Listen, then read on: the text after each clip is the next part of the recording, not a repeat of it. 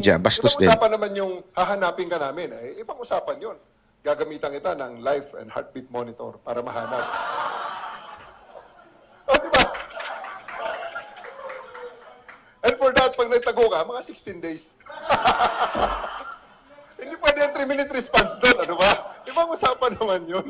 Grabe ho, ah. Tuwang-tuwa ho si Torre. Talaga nga naman. Ha? Yung kanyang pong reward ay naibigay na sa kanya finally.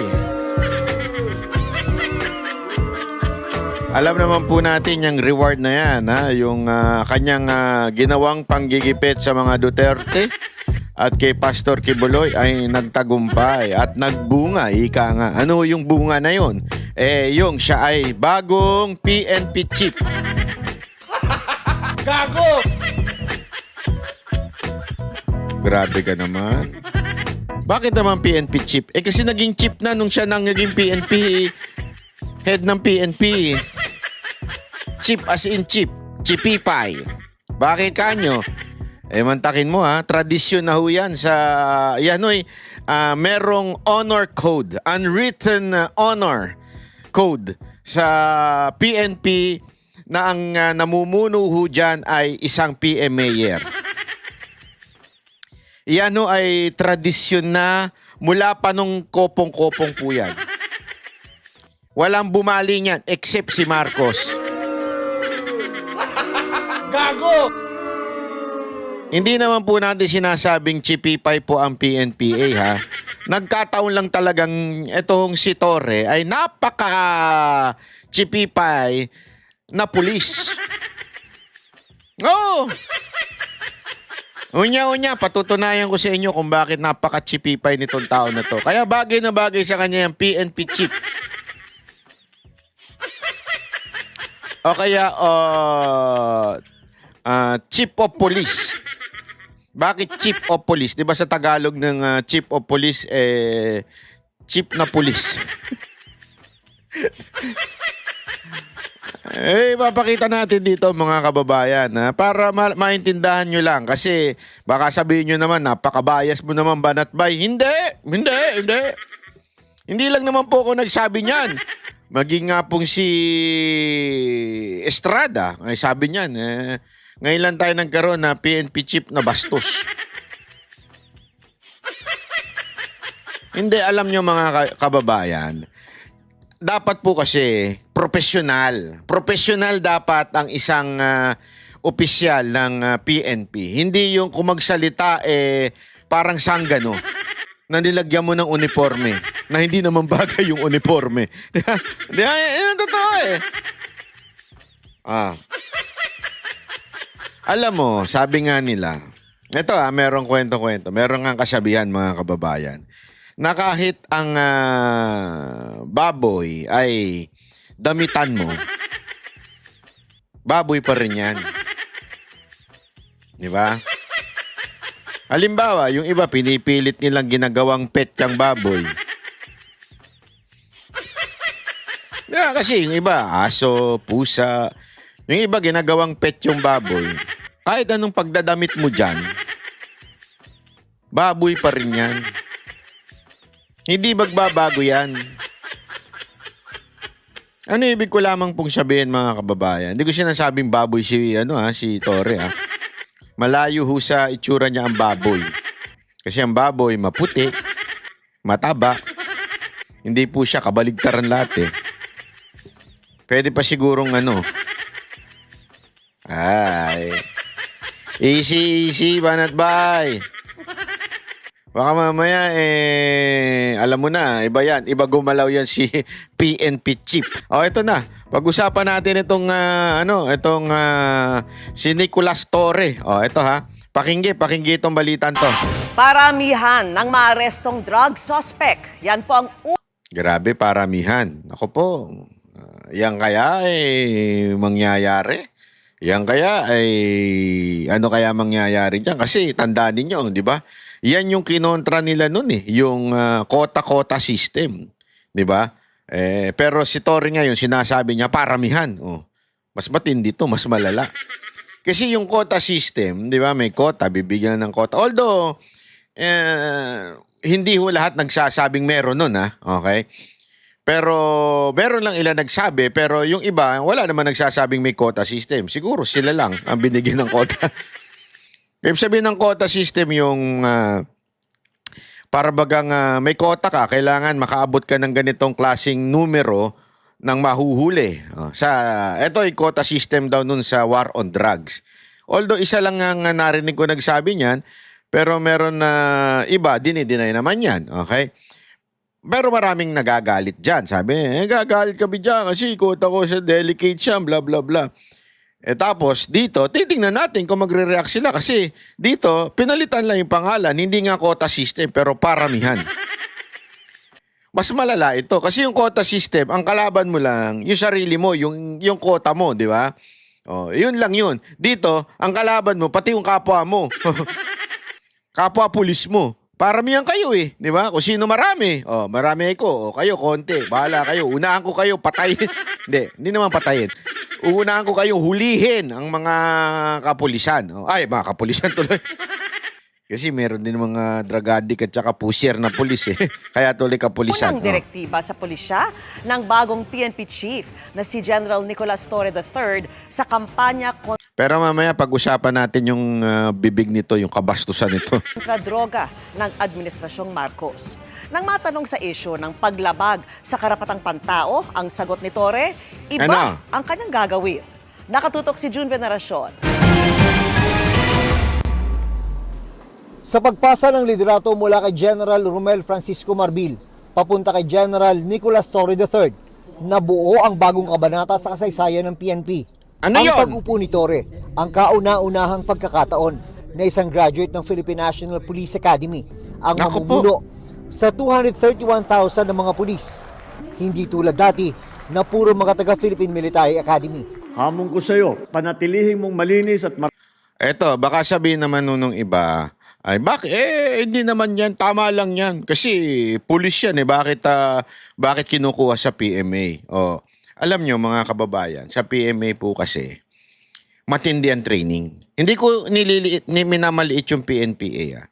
Pero kakaiba ho kasi ang training sa talagang the best of the best. Kaya nga pag graduate ka ng PMA, it's either you will go sa military, may ranggo ka na kaagad, or sa kapulisan, may ranggo ka na kaagad. Bakit to ganun? Hindi ko ito invento, ha? Bakit may ganong klaseng may ranggo ka na kaagad pagka graduate ka ng PMA? Kasi nga po, ginagalang ng institusyon ng bansang ito na paggaling doon, matindi ang disiplina. Paggaling doon, matindi ang training. Malalim. Alam mo yun, hindi naman sa minamaliit. Kasi may mga ganun din naman po eh, di ba? I mean, halimbawa sa ibang aspekto. Pwede ka na mga philosophy graduate, di ba po? Pwede ka na mga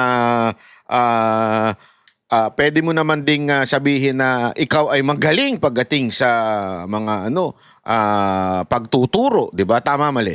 Pero mga kababayan, ito po ang bakit yung iba kailangan lawyer, di ba? Kasi nga po, may mas malalim pang pag-aaral na ginawa yung isang abogado compare sa isang alam mo yun, PILO graduate, administration na mga kurso, o kasi ganyan may public, basta yung parang dapat papasok ako dun eh. Di ko ba alam bakit ayoko eh. Yung public ad, mga ganyan-ganyan, di ba? Although you are qualified, I'm not saying you are not qualified kung graduate ka dun, pero meron lang talagang katungkulan na kailangan talaga lawyer. Kasi nga, may ganong klaseng standard na sinusunod. Di ba? Ngayon, etong kay Torre, o sa PNP, yung Chief of Police, dapat, yun talaga, PMAer. Kasi nga, napakalalim. Kaya nga, alayo eh. Pasintabi na ho, ha?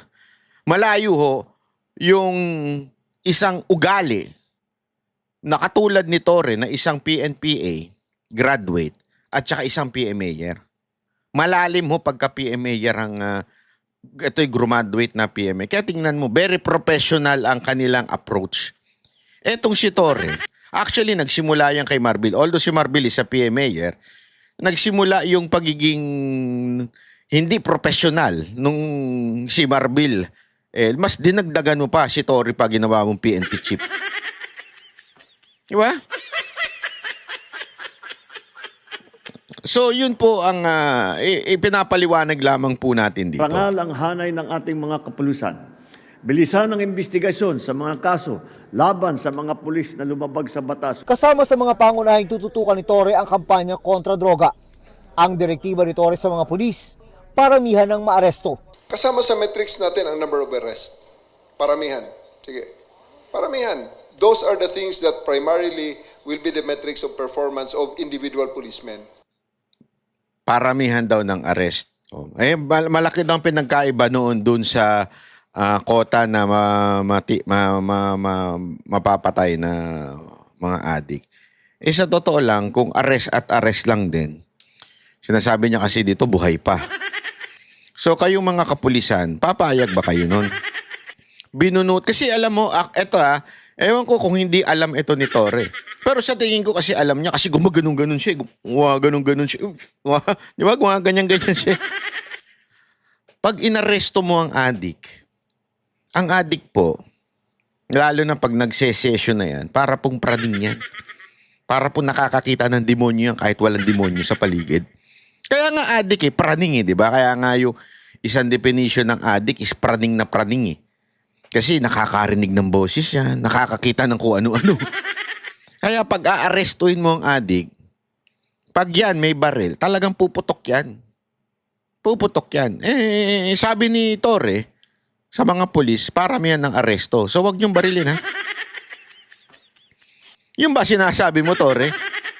Pag bumunot ng baril yung adik o yung pusher, wag barilin, hulihin lang. Di kaya maubusan tayo ng mga pulis.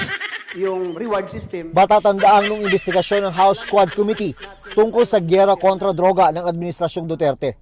Ibinunyag ng ilang opisyal ng pulisya na may kailangan silang maabot na quota ng mga aarestuhing drug suspect.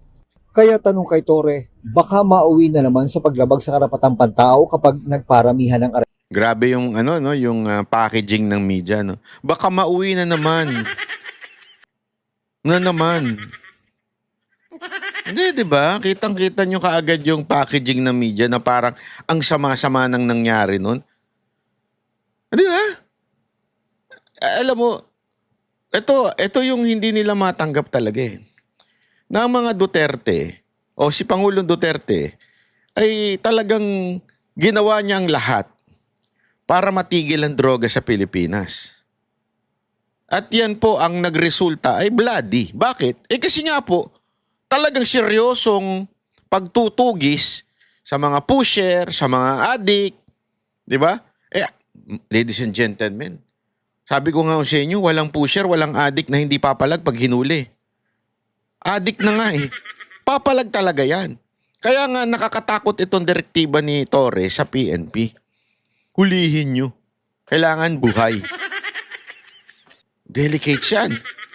Hindi, paano ko lumaban? Siyempre, ang bilin sa'yo. Kailangan buhay, paramihan ng buhay. Ikaw, pulis, hindi, ilagay mo yung sarili mo sa isang pulis. Huhuli ka, tas biglang bumunot. Kaya lang sabi sa'yo ng boss mo, kailangan buhay.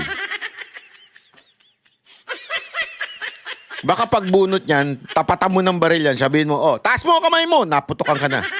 Hindi pa tapos yung sentence mo, binaril ka na. Taas mo kamay mo. Di ba?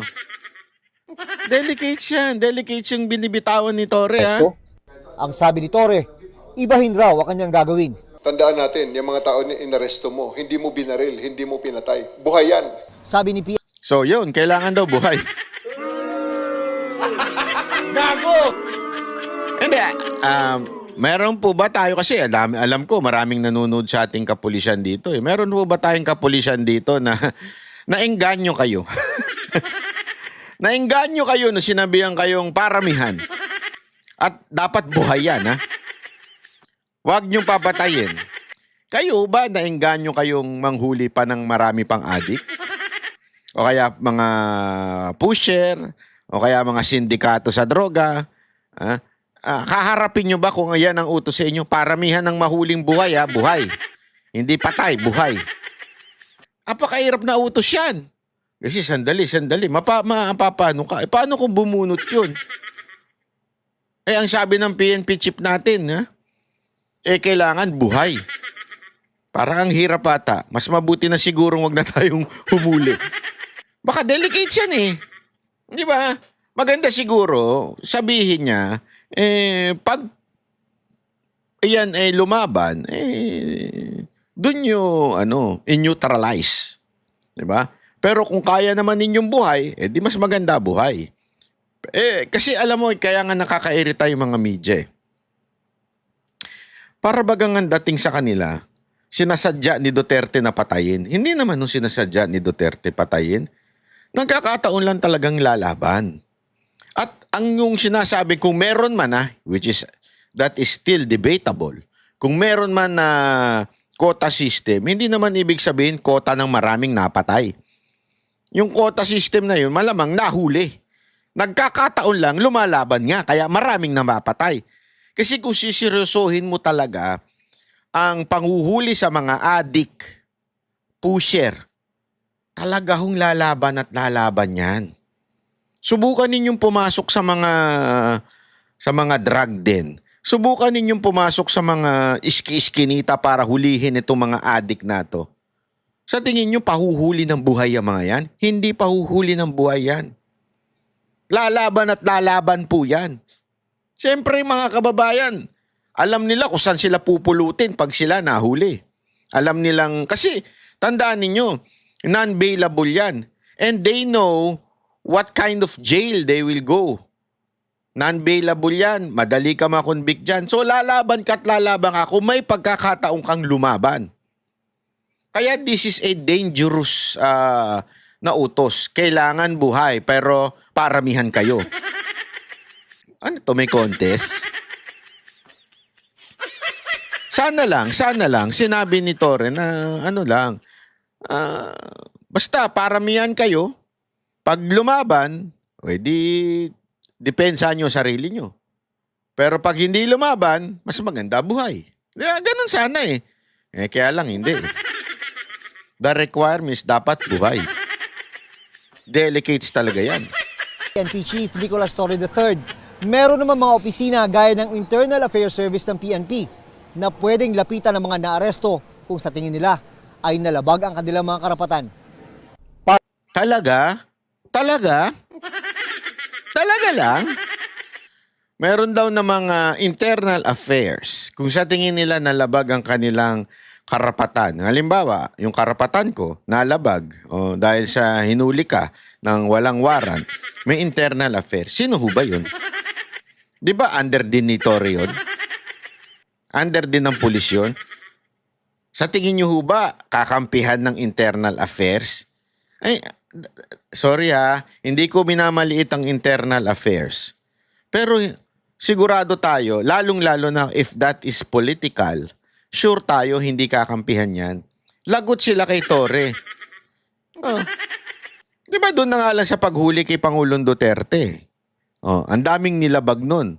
Sa tingin nyo ba kung sakasakaling humingi ng tulong ang ating dating Pangulong Duterte sa internal affairs, aasikasuhin ng internal affairs yun?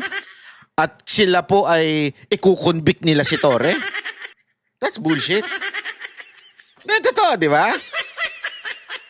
Would you convict your boss? Paano kung si Torre mismo yung lumabag? Which is, hindi ko sinasabing nangyari, pero may nangyaring questionable. Di ba? Mayroong questionabling pangyayari na sinasabi ng ilang abogado na ito'y may paglabag sa due process. So, yun na nga ang tanong dun eh. Internal affairs, are you ready to convict your boss? That's impossible. More than impossible. Hindi totoo, di ba mga kababayan? Napakalabo ho nun. Para sabihin natin dun sa mga, ano na yan? Dating Pangulo na yan. Paano pa kaya?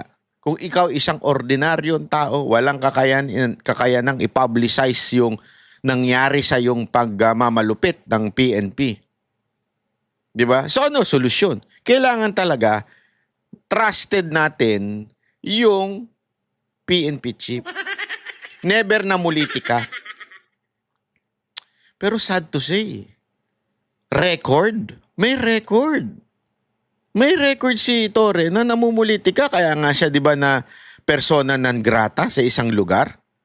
Kasi nga, namulitika siya. Nung may nagsiga-siga sa Quezon City, doon pa lang, kinampihan niya na yung kabaro niya. Pinag-presscon pa. Galit na galit pa, oh. Ano nangyari? Sa kahihiyan ni Torre, nag-resign siya. O, etong sa KOJC. Oh, isang malaking kalapastangan sa batas niyan. Bakit to?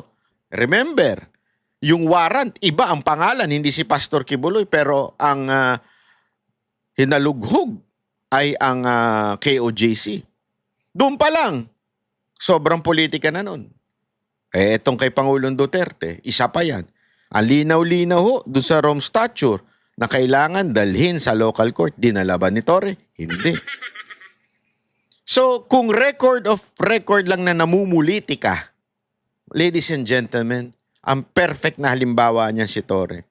Kaya nga, pinagtatawanan po yan ng marami, hindi lamang po ng mga Duterte supporter, kahit po ng ilang mga non-political, hindi ko na lang mapangalanan, pero marami hong mga opisyal na nasagasaan talaga at naiinis. Bakit? Alam nila kasing hindi profesional etong si Torre.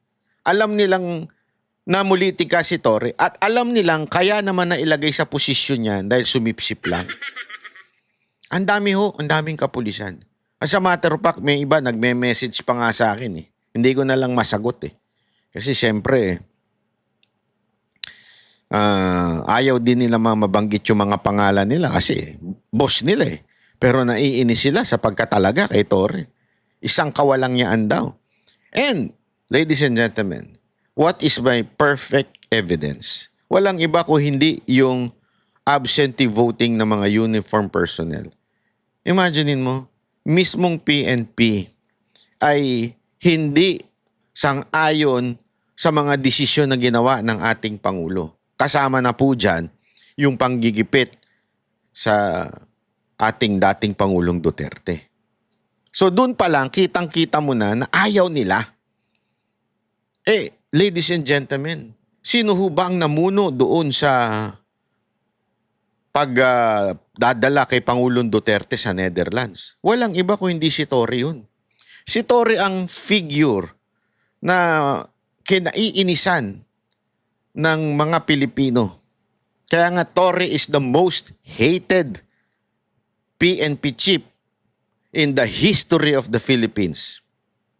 Yan po ay nakatalaga na sa kasaysayan. He is the most hated. Why? Kasi the most loved president, siya po ang kumilos ng bastos, napaka-unprofessional ng ginawa niya, at maraming nainis po dyan. Sa lahat ng kampo, hindi lamang po sa kampo ng mga Duterte. Kahit mga kabaro niya, alam nyo, nung panahon na nakita nila sa video yon, ang dami nag-message sa akin na mga pulis na hindi nila malunok yung ginawa ng mga kasamahan nila. At sino hubang namuno doon? Walang iba ko hindi si Torre. Tapos siya pang ilalagay mong PNP chief. Kaya talagang isang masasabi nating bullshit yung sinasabi ni Pangulong Marcos na ano ba yun? Yung gusto niya ng peace with the Duterte o gusto niya ng reconciliation. Bullshit po yun.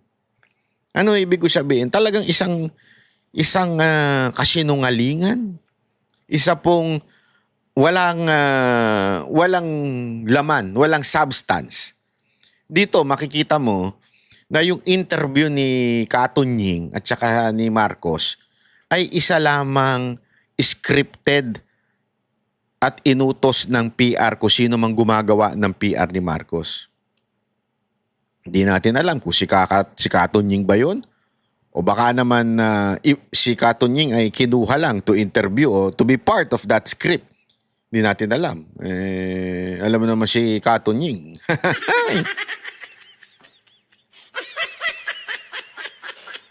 Sabi nga, kung nasaan ang pagpapala, dapat nagpapasalamat.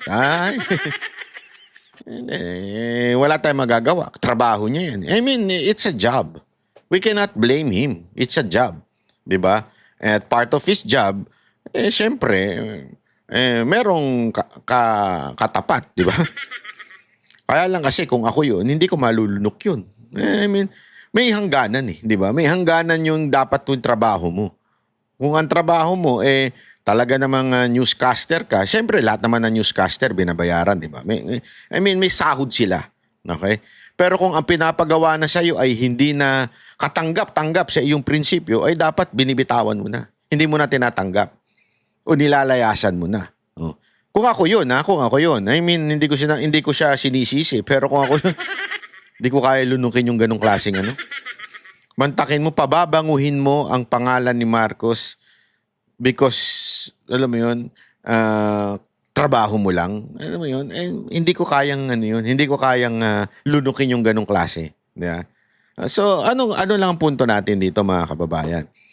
Doon pa lang, alam mo nang hindi totoo o script lang talaga o isang propaganda lamang yung interview na yun na reconciliation. Mantakin mo, i-reconciliation mo, kukunin mong PNP chief ay yung kinagagalitan nung gusto mong i-reconcile na grupo.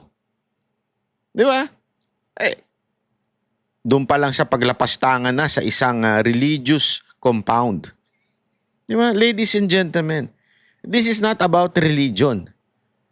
Kahit sino pang relihiyon yun in the future kung gawin uli yun, ipaglalaban ko, sabi ko nga sa inyo, mapa Muslim, Iglesia, o kung Katoliko, kung anong pamang relihiyon yan. Pag pinasok yan ng pulis at binastos at hinukay, anong mararamdaman ninyo? Ako, ipaglalaban ko yun. Kasi kahit hindi ko paniniwala yung paniniwala nung ginawa na yun, mali talaga yun eh. Kasi tandaan mo, respeto. Alam mo, sa relihiyon, meron kang tinatawag na, di ba, yung maalala ninyo sa Biblia, yung remove your sandals kasi this is a holy ground. Ganun yun eh. Ganun yung treatment ng mga membro. That cathedral na hinukay ni Torre it's a holy ground for them. Tapos doon ka magagawa ng kawalangyaan, huhukayin mo yun, lahat gagawin mo doon, without an order from the court. Remember, there is no search warrant. The only warrant is warrant doon sa tao. Hindi mo pwedeng lapastanganin at i-search yun at hukayin mo yung for the sake of gusto mo lang maghukay. Dahil hinahanap mo yung tao na yun. Hindi pwede yun, mga kababayan. You are there to serve the warrant, not to search the place for whatsoever na gusto mong hanaping ginto dyan. Walang ginto dyan. Subukan mo punta sa Mecca. Kasi napuntahan ko yan eh. Saan ba ito? Sa Dubai ata. May isang lugar dyan sa Dubai. I forgot kung saan na yan eh. Parang isang malaking Mecca na may place talaga doon na doon sila sumasamba. Talagang doon, tahimik, bawal maingay. Tapos talagang bawal kang nakasapatos. Basta may ganong part eh. At yun, kailangan na yung mga babae nakatawag doon, basta nakasuot. Pag hindi mo ginawa yun, ay isang kalapastangan. Tama, mali? Oh. Pero hindi ibig sabihin, Muslim na ako kung respetuhin ko yun. Kailangan kong respetuhin yun kasi paniniwala nila yun. Ganon din po. Yun ang problema dito kay Torre. Masyado niyang binastos etong mga taga kay OJC. No wonder, kaya niyang gawin kay Duterte. Ginawa nga niya dito eh. Daig pa demonyo ng ganyan ha. You understand what I mean? Daig mo pa demonyo kung ikaw mambabastos ka ng relihiyon ng iba. Daig mo pa demonyo niyan. Talagang kalapastangan yan sa relihiyon. Kaya no wonder, kayang-kaya niyang lapastanganin si Duterte. Bakit? Tao lang yun eh. Yung ang Diyos ng iba, nilalapastangan niya eh. Tao pa kaya? You understand what I mean? Bakit ko pinapasok yung KOJC? Kasi ganun ang perspective niya eh. Wala siyang pakialam. Wala siyang galang. This is not a question about law anymore. Ito'y ano na eh, respeto na sa kapwa. Respeto na sa paniniwala ng kapwa. Pinabayaan naman siya eh. Mag-serve ng warrant. Kaya nga magtataka ka, yung mismong abogado ng KOJC, abogado ni pastor, ay isang Muslim. Di ba ho? Si Attorney Torion, isa pong Muslim po yun. So ganun po, katindi ho yung kalapastangan ni Torre. Kung kayo po yun, di ba? Nangyari na yun. Nasaktan na kayo't lahat. Tapos pagtatawanan pa. Mamaya papakita ko sa inyo. Karamihan naman ang mapapanalong kaso ang sukatan ng performance ng mga abogado ng legal service.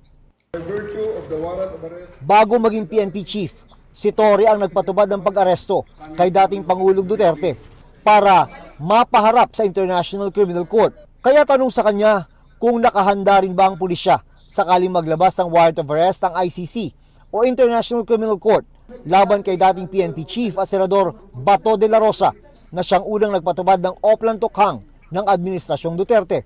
We'll just cross the bridge when we are there.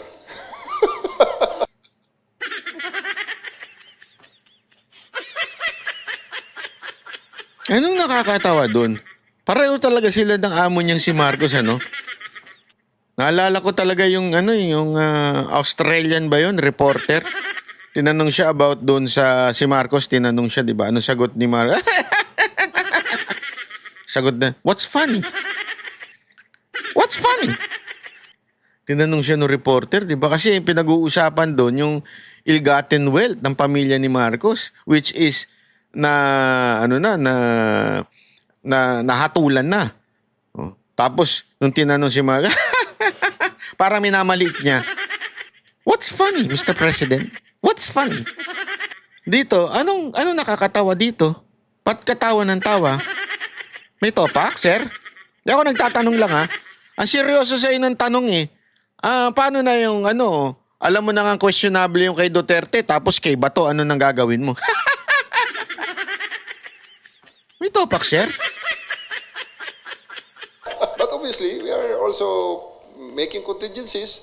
Patuloy naman ang pakikipag-coordinate ng PNP sa Interpol bilang isa sa mga paraan para mapabalik sa bansa ang dating Duterte Presidential Spokesperson na si Attorney Harry Roque na nasa Netherlands. 2 kapwa akusado ng ni Roque sa kasong qualified human trafficking ang naaresto ng PNP CIDG. Abogado naman si Harry Roque. Harapin niya. Kasi ito yun yung kaso na hindi mo na pwedeng dalhin sa kalsada o para rally. Sa ilalim ng kanyang pamumuno, wala raw padri-padrino kung promotion ng pag-uusapan, sabi ni Torre. Ang career growth ng pulis ay nakabase sa kanilang performance. Tulad na lamang ng pagsunod sa patakaran ni Torre na 3-minute response time ng mga pulis sa mga pangunahing urban areas sa buong bansa. I would like to tell my people, give your best because kung hindi nyo kayang gawin, may papalit sa inyo na magsusubok din na gawin ang mission. So, Talagang delikado ho itong estilo ni Torre, no? Parang gusto niyang itulad dun sa style niya eh. Na, hindi, basta gawin nyo. Kung hindi, kayo, ipapalitan kayo. Parang gusto niya bang ituring ang lahat ng kapulisan natin na katulad nung kanya? Ladies and gentlemen, this is going to be a disaster. Yung ganitong klaseng attitude ng PNP chief.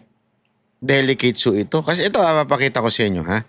Ito yung sinasabi ko sa inyo, yung tinawanan eh. Na, sabi ko, napakabastos nitong taon to. Pati din yung mga immediate. May topak to si sir. Sorry, ha? May topak yan. Pagkaganyan. Sir, hindi tama yung ganyan yung attitude.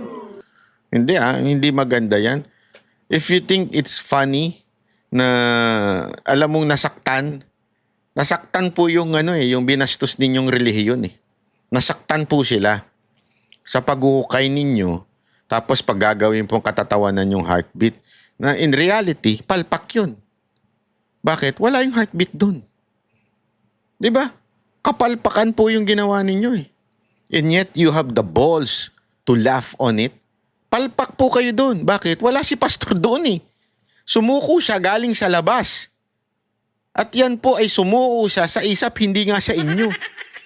Sumuko siya sa ISAP, tinurn over sa inyo. Diyan sa may likod na, sa may pa-airport na. Kasi magkadikit yan yung KOJC tsaka yung airport eh. Sa hangar na kayo nagkita, ay kayo tinransfer sa custody ng PNP. So in other words, yung paghuhukay ninyo ay isang kapalpakan. And yet, you are laughing on it. Isang kapalpakan, bakit? Binastos nyo na nga yung relihiyon na yun, hinukay nyo na, binaboy nyo na, tapos wala naman pala dun. Tapos ngayon gagawin ninyong katatawanan. At yung 16 days na sinasabi mong siege na yan, ay may namatay po dyan, sir. Tapos, it's like a laughing matter to you. Diba?